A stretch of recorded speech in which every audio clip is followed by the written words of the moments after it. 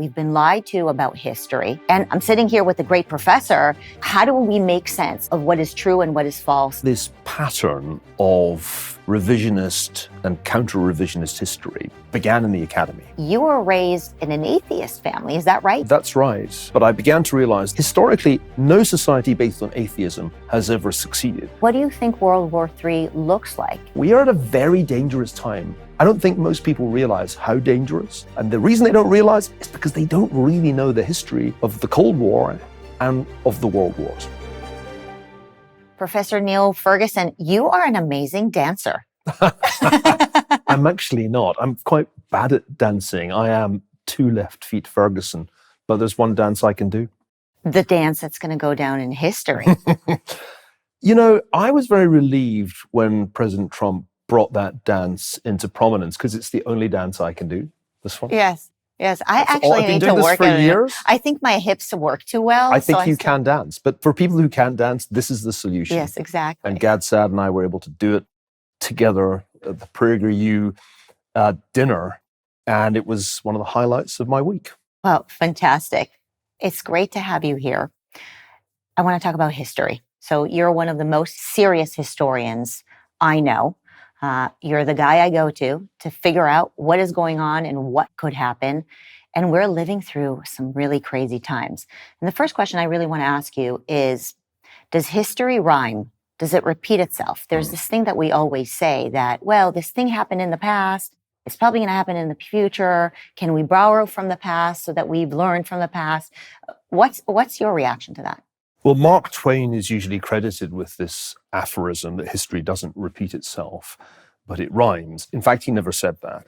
He said something much more complicated, which is harder to remember, along the lines of history is like looking through a kaleidoscope, and as you turn the dial, the patterns occasionally repeat themselves, which is wordier, but kind of better, because I think that captures the historical process as I think of it.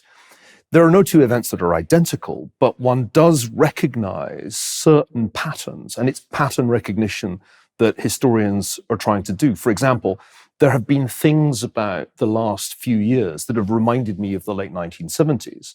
Right at the beginning of Joe Biden's presidency, I said, this is going to be like Jimmy Carter with dementia. And it kind of turned out that way. You had the inflation mess domestically and foreign policy mess as well, pretty much the malaise of the late 70s. And then you had an election which felt cathartic, and that was very similar to the 1980 election. Now, Donald Trump's not Ronald Reagan, and Joe Biden or Kamala Harris were not identical to Carter, but I thought there was quite a good resemblance there, and it helped me understand why the Biden-Harris administration would likely fail. So history is about pattern recognition. There's only one history. There's just one human history. Sample size, 1. And so you're never going to get exact matches because there's this constant interplay of that which is eternal, human motivations, power, love, all that stuff. That doesn't change. That's why we can understand Shakespeare and Thucydides. But then technology and our economic circumstances, they do change. And those changes are so dramatic that it can never be exactly the same. So would you say it's more human nature that causes history to somewhat look similar, or is it just chance? Human nature isn't completely unchanging, but it is enough the same that we can understand the world of the ancient Greeks. We can make sense of plays that were written in the reign of Elizabeth I or James I. That in itself is amazing, that we can make sense of the thoughts that an ancient Greek writer had, that we can make sense of Shakespeare's characters, tells us that a lot hasn't changed. Love is love. Hate is hate. And the lust for power or the lust for money, these things are perennial. We can see them throughout recorded history. So then you have to overlay that which has changed extraordinarily, the realm of science and technology, the economic realm, which I guess my career began by focusing on. And that's the thing that complicates life, because the motivations of the Greeks, the Athenians and the Spartans may look similar to the motivations of Americans and Chinese today, but they had a completely different set of technological capabilities compared with us.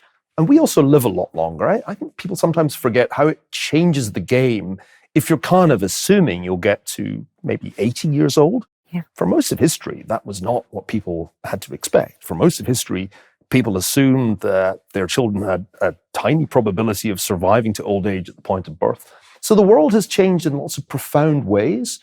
What I'm fascinated by as an historian is that you can still learn lessons from events that happened thousands of years ago, which is why we've had the debate about US-China relations framed by the concept of the Thucydides Trap that takes you all the way back to the Peloponnesian War.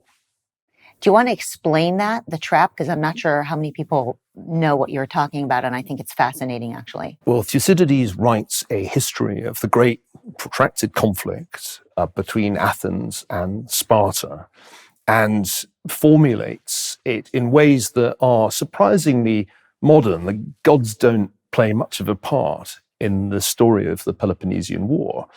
And the argument that he makes is that there is this inevitable collision between these two radically different powers, Athens, urban, commercial, intellectual, and Sparta, a kind of land power based on military discipline and not much more.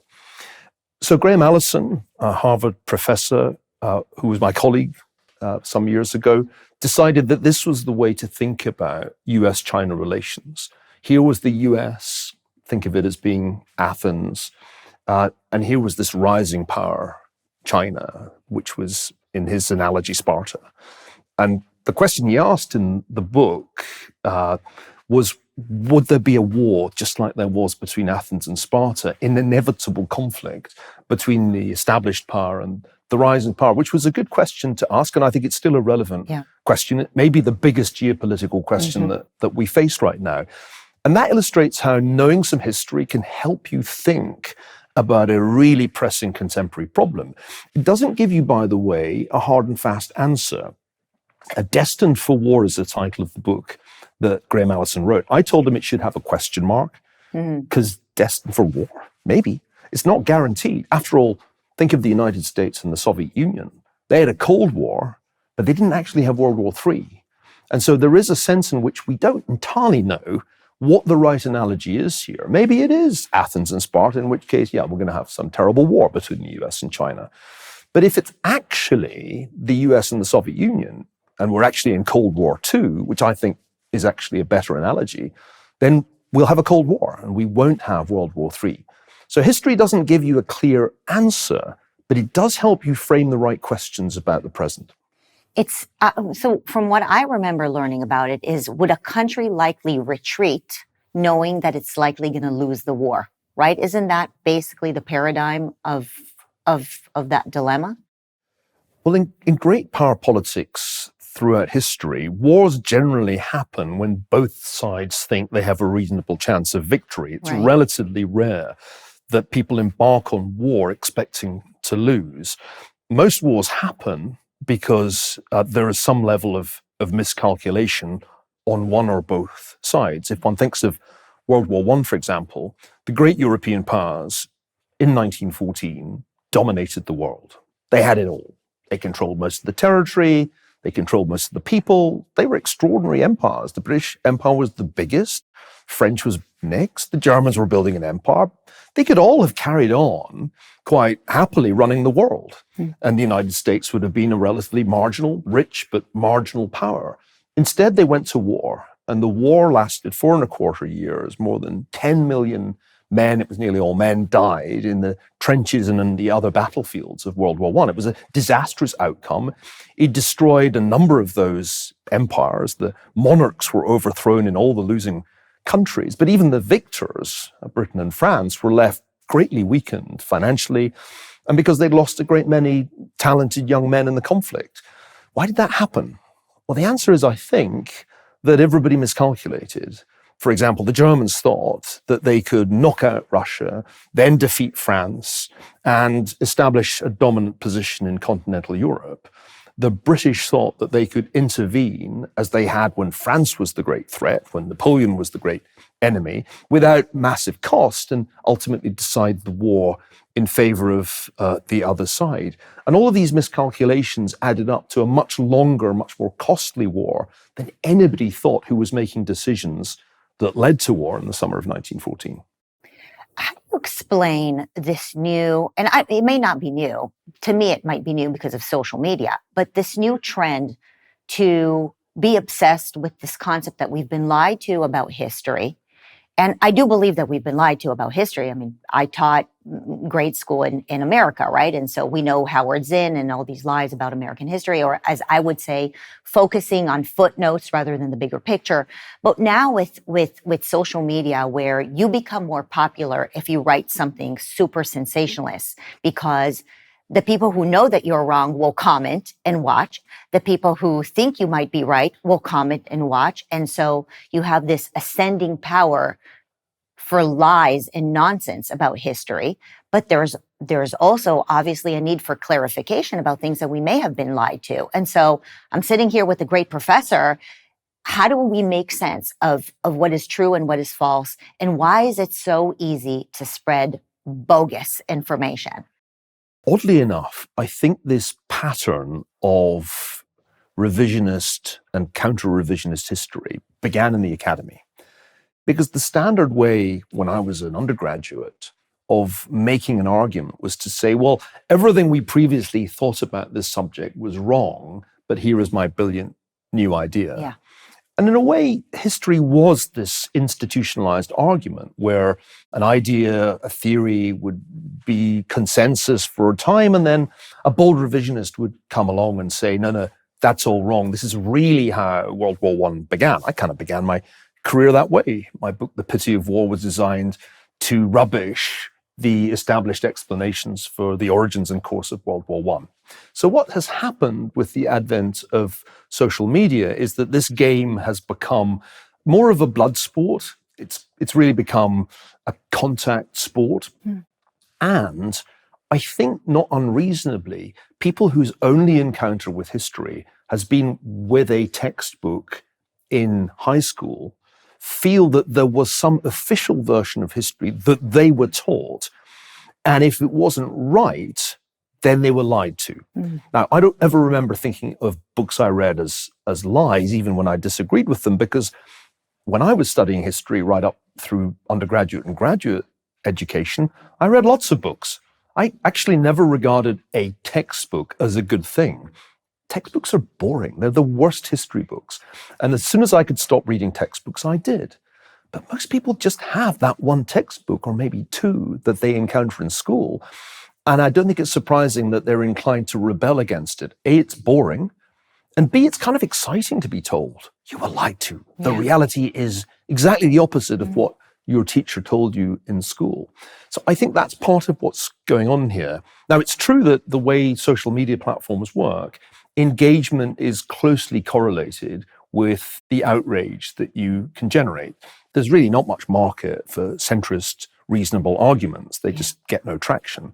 So we do have, because of algorithms, an incentive to be outrageous and to say, not only is everything you've ever been told about this a downright lie, but the truth is something that will initially strike you as totally shocking. Yeah. Immediately the eyeballs connect to the screens, ad sales go well, everybody makes money at name a platform. A good example of this is the recent claim by an historian I'm not going to name because he's not actually a historian. Is he a historian? I was going to ask you, is he actually a historian? No, Okay. he was let's just say a social media influencer who decided to say on an interview with Tucker Carlson that Winston Churchill caused World War II, that the Germans were not to blame. It was actually the British Prime Minister. This is a wild claim, entirely at variance with historical reality.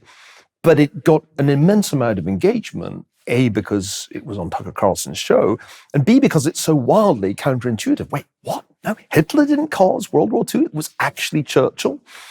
And I had to endure rather tedious discussions of this crazy claim, explaining patiently why that really couldn't be true, especially as Churchill was not prime minister when the war broke out in September 1939, and because Hitler very clearly did start the war, and Churchill actually saved Western civilization by standing alone in 1940 against Hitler. I mean, I thought all of that was fairly well known. It was kind of surprising for me to find that people were open to such obviously historically false and falsifiable arguments.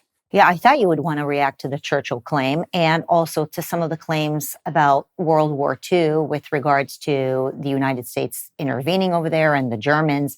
Just what do you know what I'm talking about, and what's your reaction to that? Well, if I think back to that debate, which I'm hoping's now over, it involved a number of really quite interesting, not to say crazy, propositions.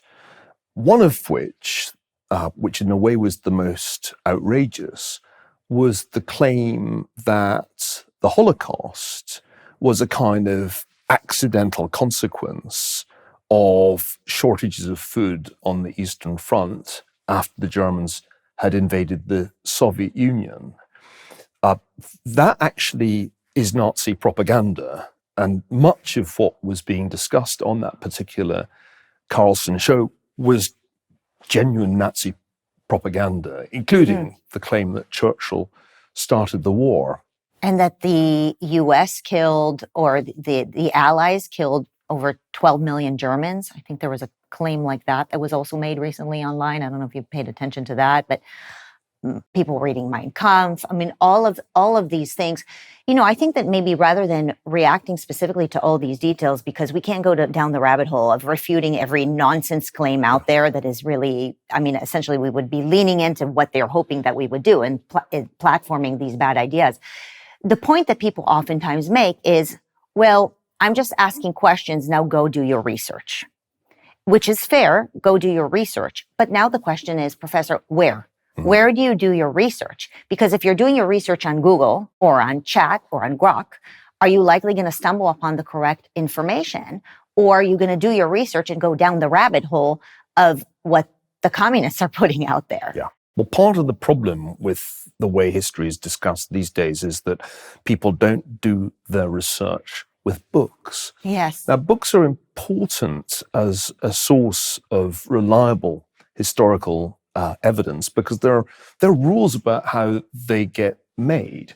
A history book has to be based on research in archives, ideally, as well as in other books. It needs to pass through certain stages of editing, and then it has to be reviewed. And if it passes that test and survives and is in a library, then it's probably a reasonably reliable source. Not the only source you should rely on, but if it's there on the shelves of a major university library, then it's likely a fairly reliable source. Unfortunately, with the passage of time, the evidence that you find on an internet search, suppose you go to Google, or if you ask ChatGPT an historical question, is much less reliable. That's partly because more and more of the answers to historical questions are being generated by artificial intelligence. And artificial intelligence can make very plausible summaries of historical events. Its plausibility is highly impressive. It sounds like somebody writing an essay very, very fast, but it's not reliable. That's partly because of hallucinations. AI will just make stuff up that sounds just as plausible as the stuff that's real. But it's also because there isn't any of that process of filtering that real historical research produces. So my advice to anybody who wants to research a topic, let's take the role of Churchill in World War II, is do not go near the internet, under no circumstances pose the question to any AI large language model. Go to a library or go to Amazon and purchase one of the really good biographies that exist. Andrew Roberts's most recent, very impressive biography of Churchill, single volume, eminently readable. Start there.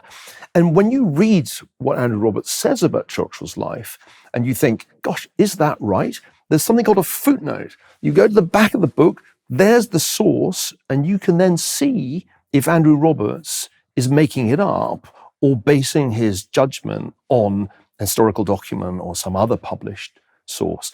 That's how it works. There are no shortcuts. It takes a long time to write a book like Roberts's Churchill. History books are hard. There's no way of shortcutting it because you have to do your due diligence. Yeah. Otherwise, it won't make it as a book. So I think the great mistake that many people today make is thinking there's a shortcut. I'll just ask ChatGPT and then I'll know. That is exactly how not to do it. What? We have to do the work? I'm afraid so. The bad news is history is not for geniuses like astrophysics. History is for people with an unreasonable appetite for reading. You have to read an awful lot of stuff, documents, old books, before you can write anything yourself. In an ideal world, any history book would have a ratio published on the front cover, the ratio of pages read to pages written, or words read to words written. And you wouldn't touch a book that had a ratio close to unity. Such books exist, by the way, books that are based on such a small amount of research that they essentially are based on as many words as they consist of themselves. Really good books will have a ratio of 100 to 1 or 1,000 to 1. Well, we don't know that because it's not explicitly published. But it's true that most books represent the distillation, most good books, the distillation of vast numbers of other books. And that's why being a historian is a deeply boring activity that most people would hate. Well, we're not bored by reading all the research, but we appreciate you all doing that. So in the vein of teaching history, our background here at PragerU is about education, and what we're contemplating is how to construct a very good curriculum for kids so that they grow up to know their history, our history, and so that they also have discernment. They have a good sense of what is truth and what is a lie, and what is worth leaning into and learning more about. And frankly, it's very hard because history is so vast. And as I mentioned, we focus so much on footnotes that sometimes I think we actually skip on the bigger picture. And I think I'd love to get a sense from you, just briefly, if you could construct a curriculum for high school students, what would you cover and what do you think is not covered enough in American or Western civilization's curriculum so that we raise kids who don't have amnesia? Yeah. Well, this is a really important question. There's no definitive answer. I would hate to be in a position to mandate what every American kid should study in school. I think that would be a dangerous power to create. I think it's in the nature of the American system, of its federal structure, that there will be variance. People will study different history in California as compared with, say, Arkansas. I'm okay with that. But I do think that the government at the state level, if not at the national level, should make sure that people going through high school get US history. They have to understand the history of their own country, but they also need some world history so that they can understand that American history in a global context. What I think young people need is the big picture, and then they need to be able to zoom in on certain key episodes, because it's until you get into the detail, it's a little hard to understand the historical process, how stuff works, how events happen. And I think it's easy to be slightly blinded by the big picture. It's just too much. I remember my son Thomas, who's now 12, playing me a wonderful video of the entire history of humanity distilled into, I think, about 10 minutes. It was kind of fun, but also made you realize that an awful lot of history is just empires that you kind of vaguely heard of, rising, having a brief zenith and falling. There are lots of them. Most history is actually the history of lots and lots and lots of empires, all kind of samey.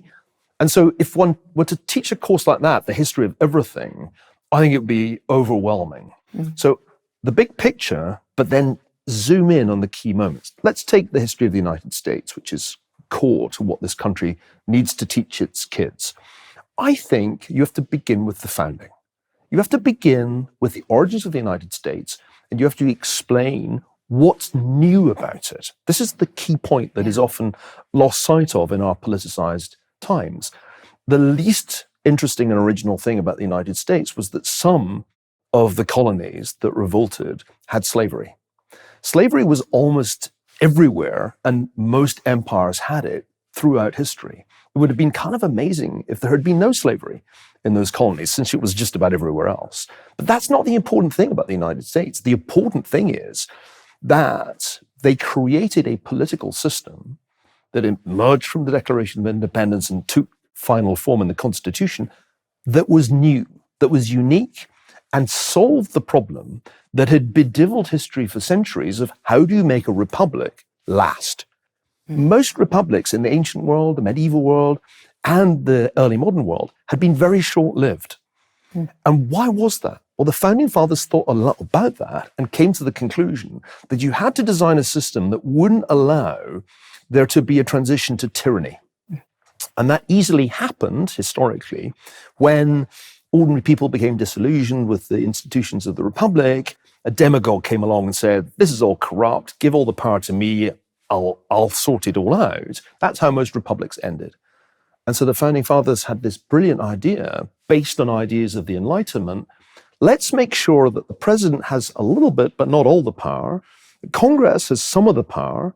And there's also a Supreme Court that has some of the power. 3 separate branches of government sharing power with checks and balances. That's what's amazing about American history, about the founding, that they come up with a new way of running a republic that nobody had ever come up with before, and it works.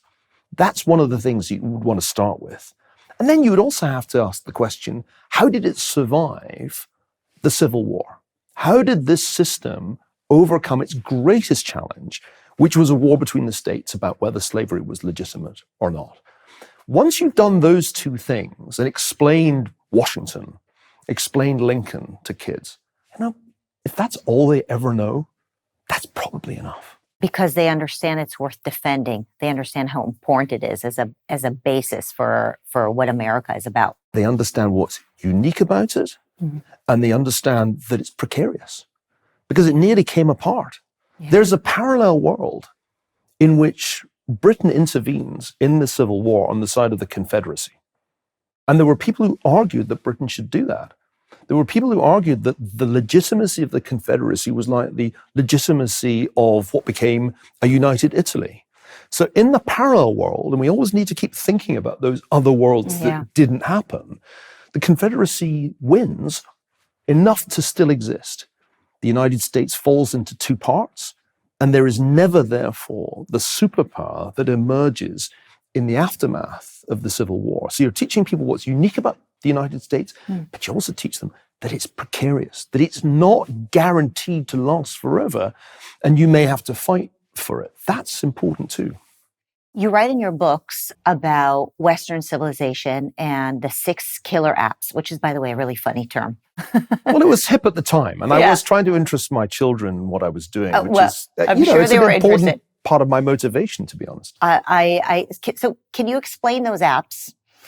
And mostly, do we still have that game? Right. Well, the key question in history, at least from my vantage point, is why is it that after around, say, 1600, certain parts of the world, certain societies become much richer and healthier and more powerful than everybody else? To be specific, Northwestern Europe and places where people from Northwestern Europe settle become steadily richer and healthier and more powerful than Asians, than Africans, than everybody else. So that's a puzzling thing. It's been called the Great Divergence. You go from a situation in which, in, say, 1600, there's not a huge difference in living standards between, say, Beijing and London. It's a bit, but it's not huge. And then increasingly, over the next, say, 400 years, that becomes a massive difference, so that by the late 1970s, the average American is more than 20 times richer than the average Chinese.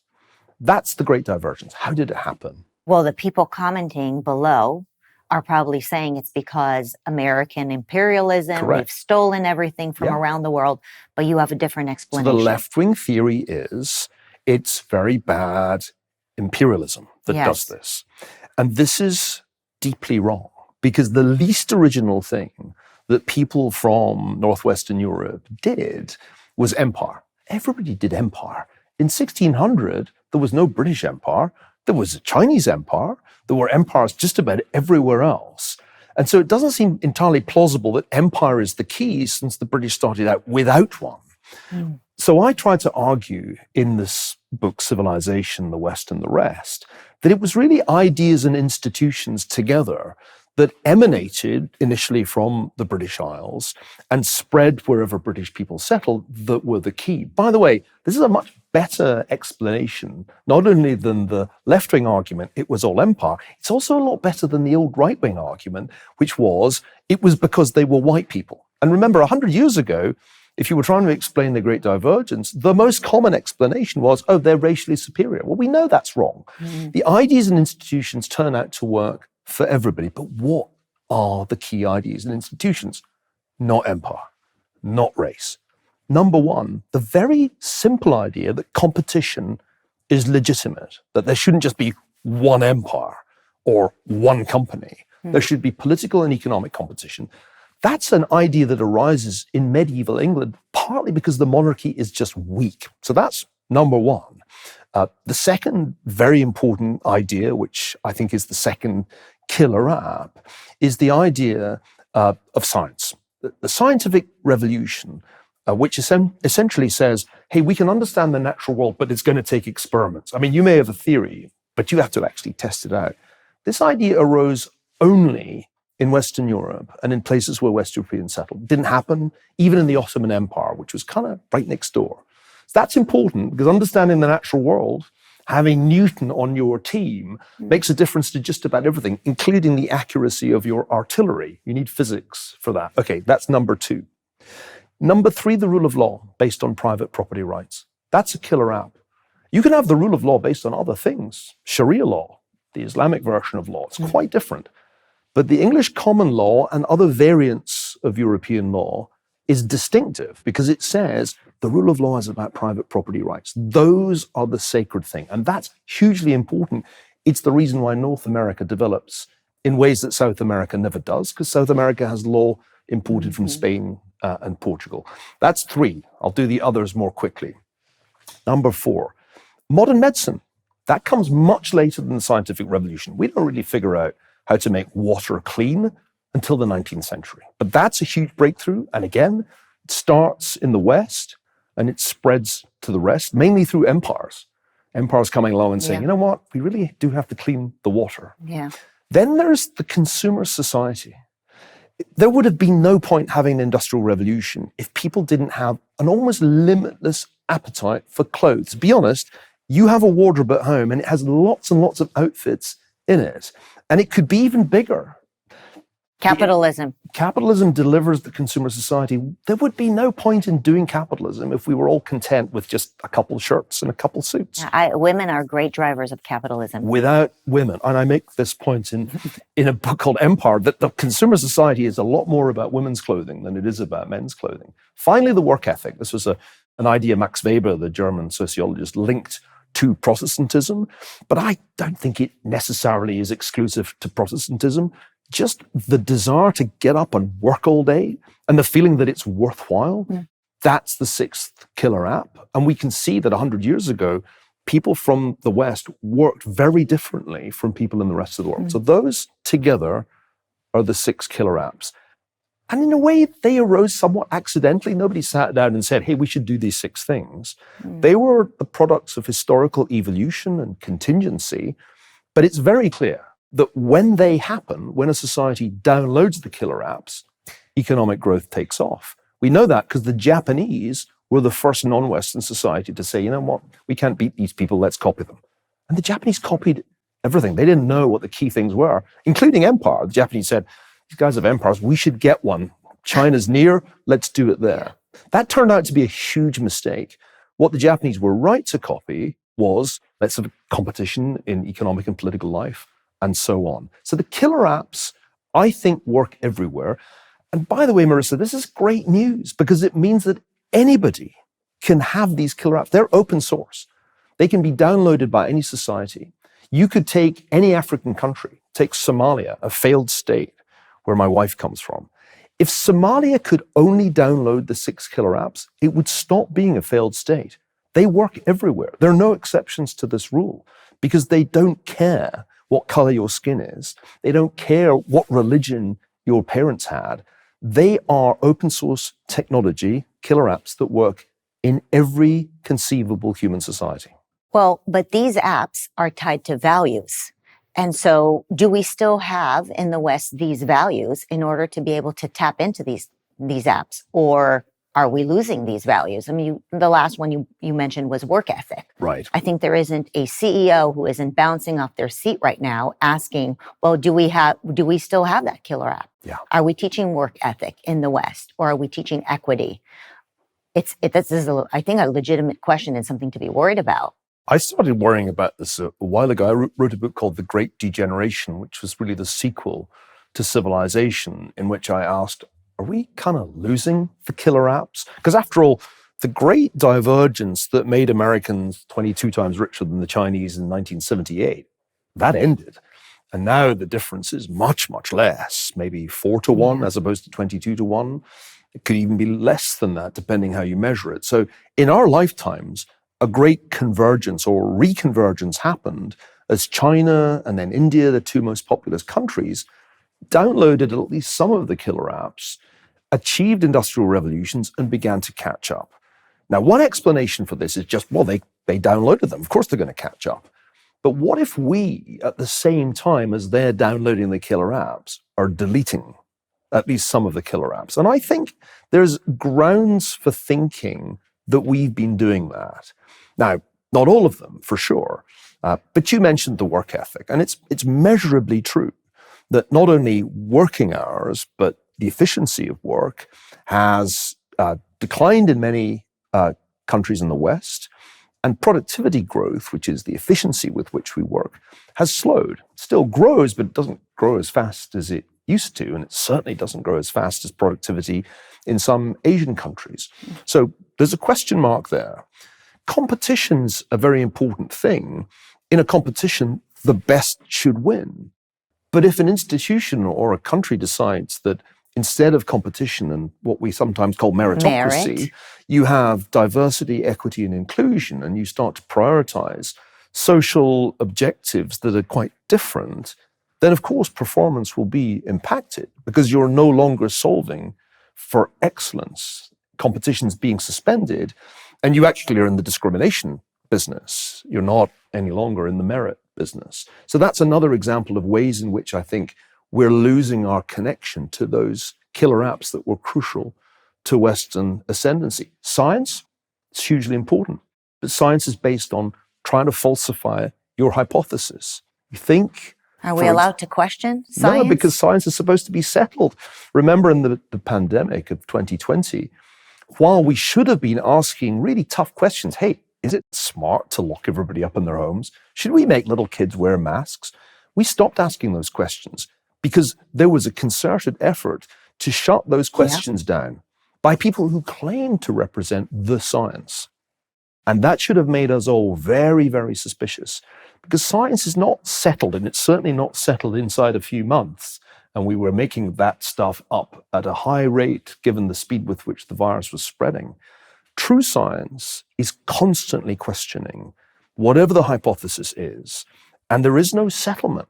And this is true not only of issues such as the pandemic, but also issues such as climate change, where there has been a concerted effort to reduce intellectual diversity and impose intellectual homogeneity. If we go back to a world in which certain ideas are prohibited, it doesn't need to be by the church, which is how it used to be. Pre-1600, Europeans weren't allowed to think freely. British people couldn't think freely. There were a whole range of things you couldn't say, and if you said them, you risked being burnt at the stake. We have a new kind of inquisition, a new kind of orthodoxy. It's not religious.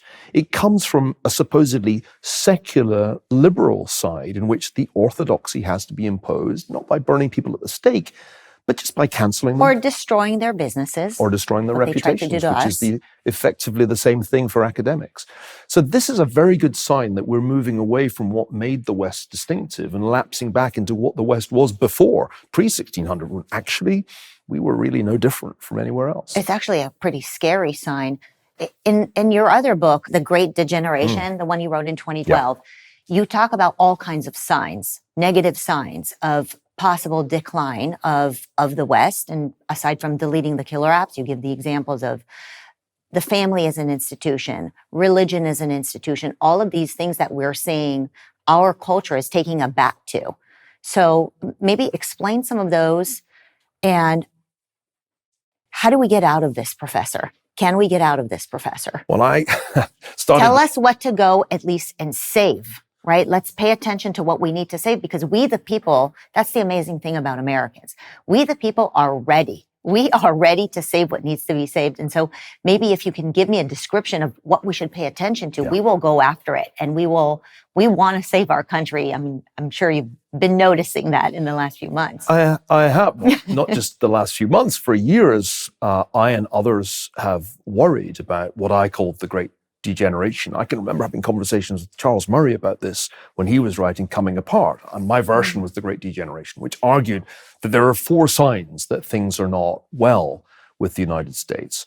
Number 1, we were breaking the contract between the generations through public financial policies that were creating a vast and unsustainable debt.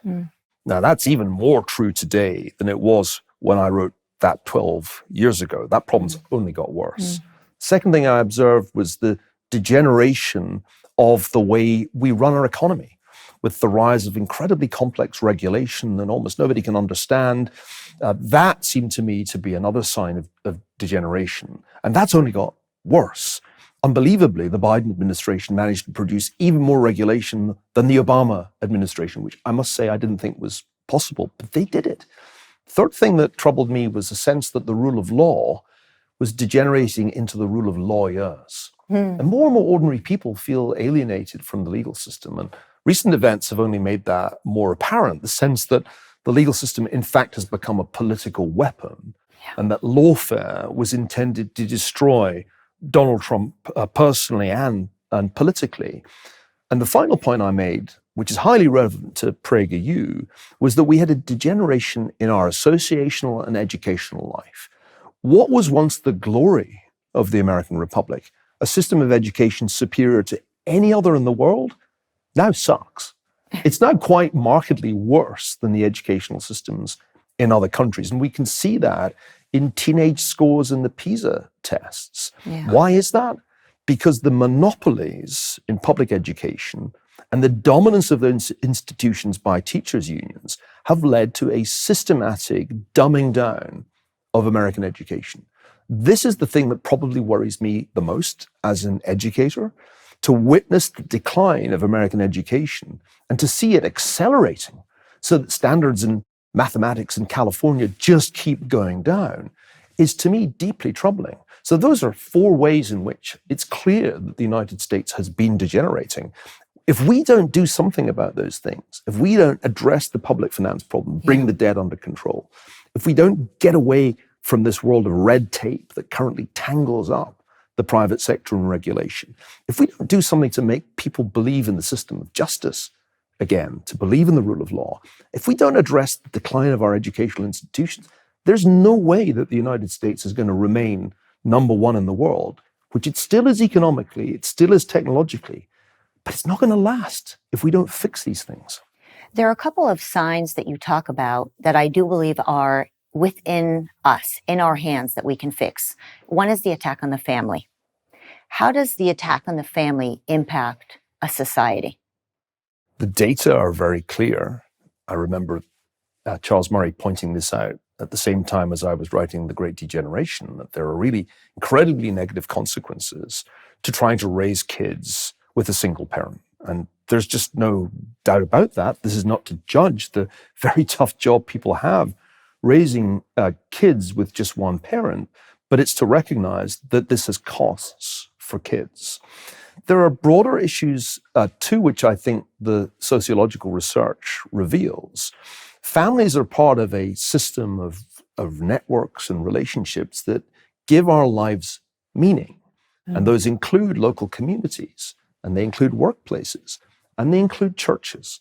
The United States, in its prime, this was observed by Alexis de Tocqueville, a visiting French political thinker, was distinguished by the health of its associational life. family kinship networks were intertwined with employment networks, local community networks, and church networks in a way that made the role of the state much less important in America than it was in, say, Tocqueville's native France. If the family atrophies, everything else kind of goes with it. And the individual becomes isolated in a state of anomie, to use a French term, alienated from those around him or her, and without the consolations that we all get, if we have them, from our families and from our friends. I think that erosion of the social fabric, what I've talked about in a book called The Square and the Tower, the networks that we should be embedded in, is one of the reasons we have so many mental health problems today. I don't think young people have mental health problems because of smartphones and social media. That's in a sense too simple an explanation. People are depressed if their families are not providing them with solace, and if they have no religious faith. If they don't go ever to church or any other place of worship, they are bound to feel a moral vacuum. And so these are things that I believe are fixable, but not fixable by government. Yes. Only through our own efforts will we be able to revive associational life, revive the family, revive our places of worship. Those things are absolutely integral to the way American society is supposed to work. So what I love about what you're describing is all of this is within our hands. It's not something that the government can come and fix for us. We can go right away and rebuild our families and get involved in our communities. This is not something that we need to rely on somebody else. And the other part that you mentioned is religion. I'm so fascinated because I've done some research, and you were raised in an atheist family. Is that right? You used to be an atheist, but now you found religion? That's right. I was raised an atheist. My parents left the Church of Scotland. They're both scientists, and they objected to the very sectarian divisions of my native Glasgow that pitted Protestants against Catholics. So I did not go to church, nor did my sister. And we were brought up to feel a certain pride in being atheists. Yes. I carried that with me through my childhood to university. I never really questioned my atheism until I had kids myself. And then I remember thinking, you know what? They really do need to know about Christianity. I mean, this is a predominantly Christian country, and I'm not sure that I'm just going to make them good people by example. That was from a historical perspective, but you thought they should learn about Christianity. Is that right? Partly like Tocqueville, whom I already mentioned, I wasn't able to feel religious faith, but I began to realize that religion had an important social function. Historically, no society based on atheism has ever succeeded. And in fact, all the experiments with atheistical societies have generally produced bloodbaths. Yes. Think of the Soviet Union, which was initially profoundly hostile to Christianity and to religion generally. So I think I came to the historical conclusion that religion was good and that Christianity had a pretty good track record relative to other religions available when it came to social organization. So I began to go to church, not with any religious faith, but thinking that it would be good for my children and broadly good for society if more families went to church. I was in England at that time. Churches were pretty empty. They still are. I still feel that England would benefit from some religious awakening.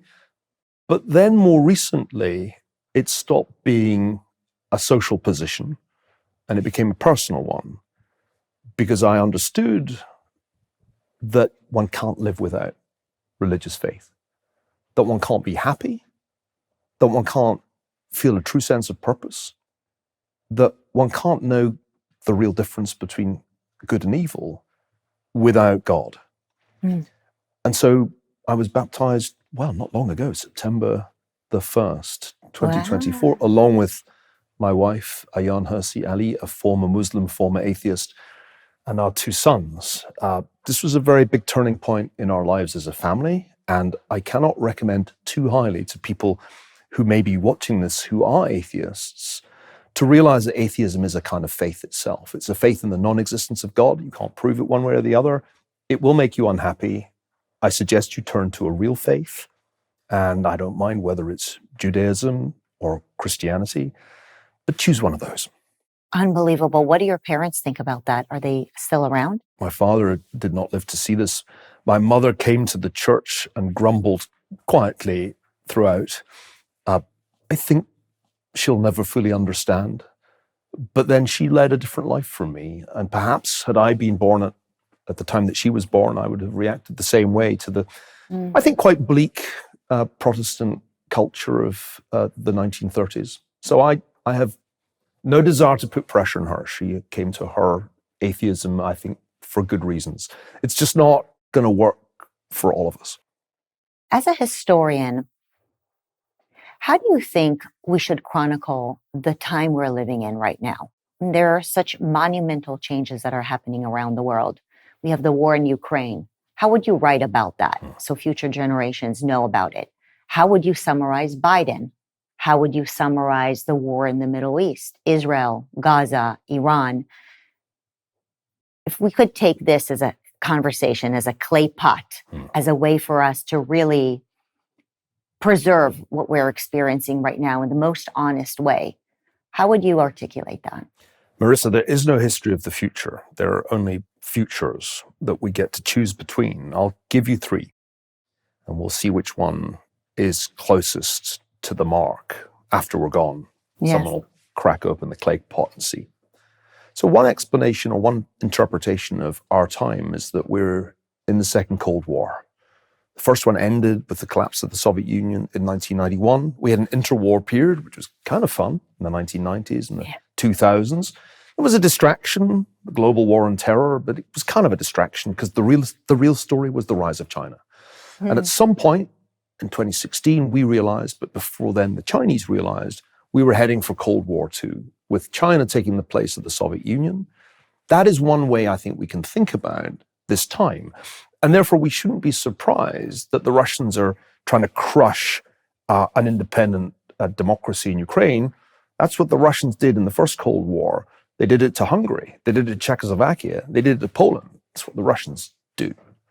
We shouldn't be surprised that there's war in the Middle East. Happened in 1967, happened in 1973, was a recurrent feature of the Cold War because that's a pretty important part of the world that each superpower would like to control. So theory number one, we are in Cold War II, and Joe Biden was kind of Jimmy Carter only with dementia. And that's kind of what explains the election of 2024. It was 1980, and Donald Trump played a very similar part to Ronald Reagan. Ronald Reagan campaigned. We forget this, but he campaigned on Make America Great Again. He asked the question, you better off than you were 4 years ago? And he promised peace through strength. All three parts of Donald Trump's successful campaign, 2024. So that would be my first draft. Here's a worse history that we might have to write in the future. In fact, it was not Cold War II, it was the origins of World War III. And just as World War II began with authoritarian powers forming an axis and beginning to violate the sovereignty of independent states, so a new axis formed in our time. Back then, it was Germany, Italy, Japan. Now, it's Russia, China, Iran, and North Korea. It's actually a worse axis, more powerful axis than the axis of 1939-40. The Western powers disarmed. They forgot that deterrence is based on strength, and they thought the peace dividend was a forever deal.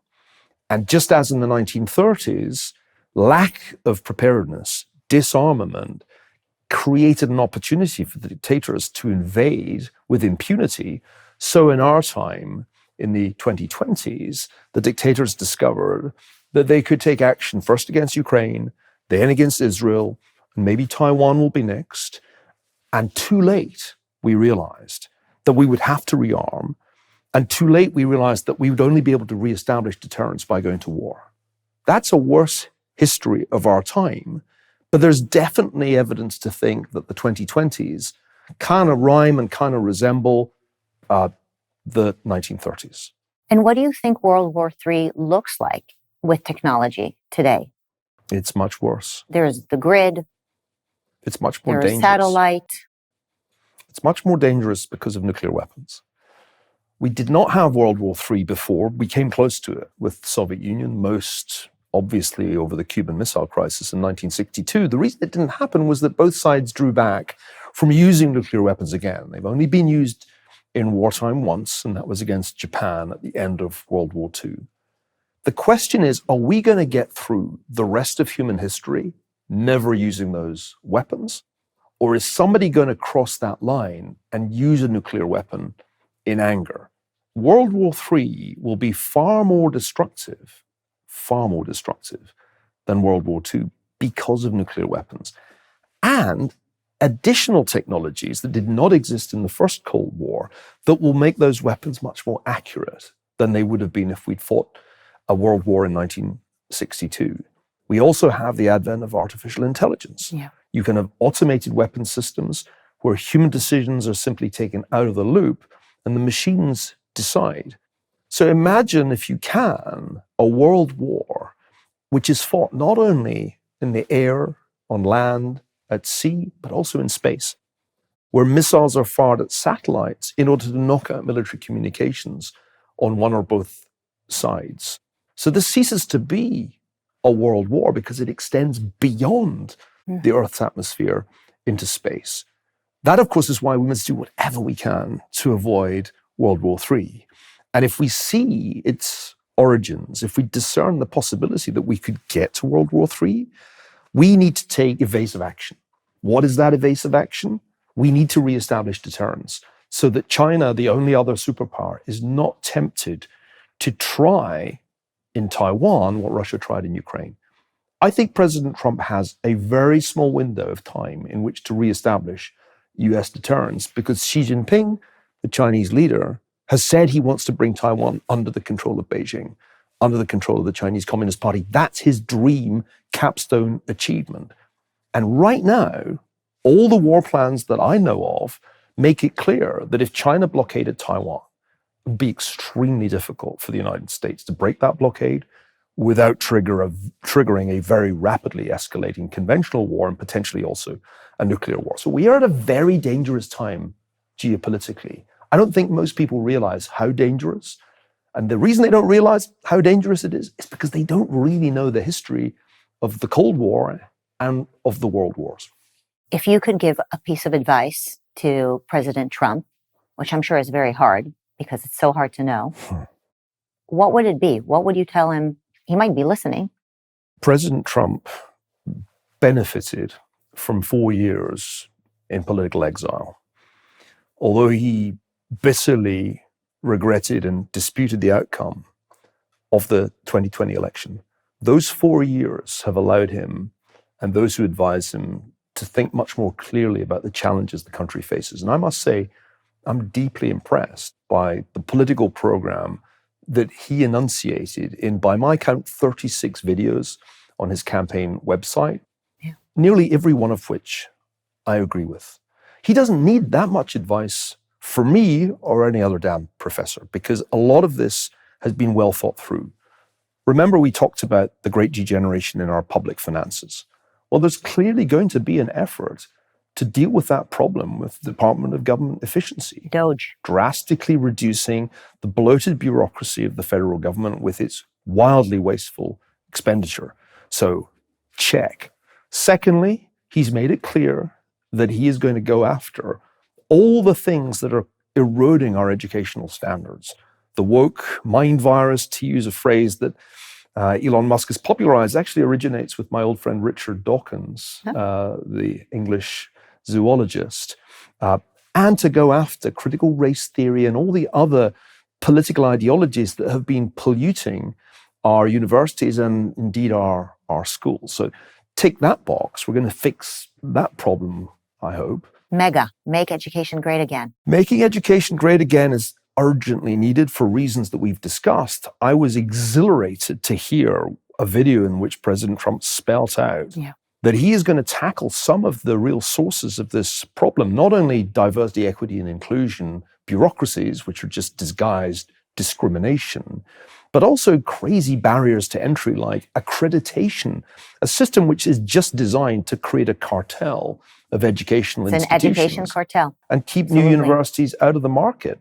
I've encountered that as a founder of the University of Austin. It is a battle to get through this accreditation process. I now understand why so few new universities have been founded in my lifetime, which is kind of amazing. It's shocking because some of the greatest professors in the world are willing to teach there, and you have to go through some silly process to get accredited. It's a great catch-22. Yeah. You can be accredited once you've graduated your first class, so you have to ask students to gamble their undergraduate degree on the decisions of the accreditors.